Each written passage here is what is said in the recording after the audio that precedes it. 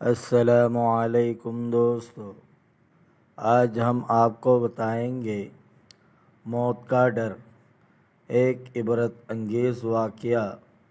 بنو امیہ کا بادشاہ عبد الملک بن مروان جب ملک شام میں طاعون کی وبا پھیلی تو موت کے ڈر سے گھوڑے پر سوار ہو کر اپنے شہر سے بھاگ نکلا اور ساتھ میں اپنے خاص غلام اور کچھ فوج بھی لے لی، اور وہ طاعون کے ڈر سے اس قدر خائف اور ہراساں تھا کہ زمین پر پاؤں نہیں رکھتا تھا بلکہ گھوڑے کی پشت پر سوتا تھا۔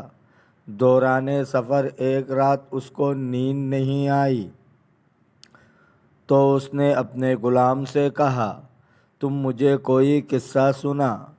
تو ہوشیار غلام نے بادشاہ کو نصیحت کرنے کا موقع پا کر یہ قصہ سنایا کہ ایک لومڑی اپنی جان کی حفاظت کے لیے ایک شیر کی خدمت گزاری کیا کرتی تھی، تو کوئی درندہ شیر کی ہیبت کی وجہ سے لومڑی کی طرف دیکھ نہیں سکتا تھا، اور لومڑی نہایت ہی بے خوفی اور اطمینان سے شیر کے ساتھ زندگی بسر کرتی تھی۔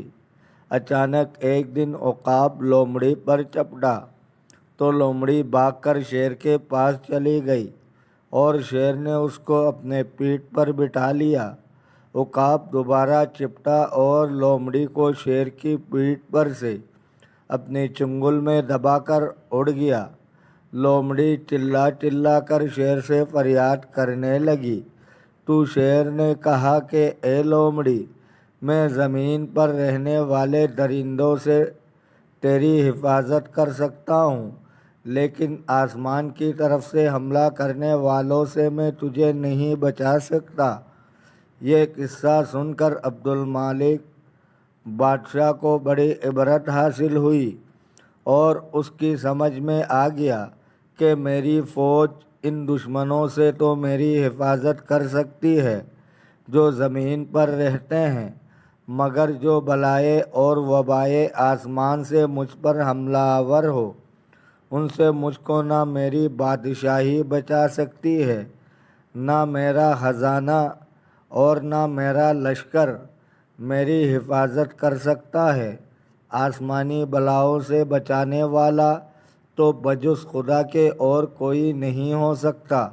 یہ سوچ کر عبد الملک بادشاہ کے دل سے طاعون کا خوف جاتا رہا اور وہ رضائے الہی پر راضی رہ کر سکون و اطمینان کے ساتھ اپنی شاہی محل میں رہنے لگا۔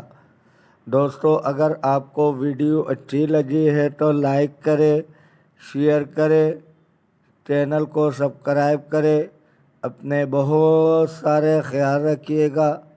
ملتے ہیں اگلے ویڈیو میں۔ اللہ حافظ۔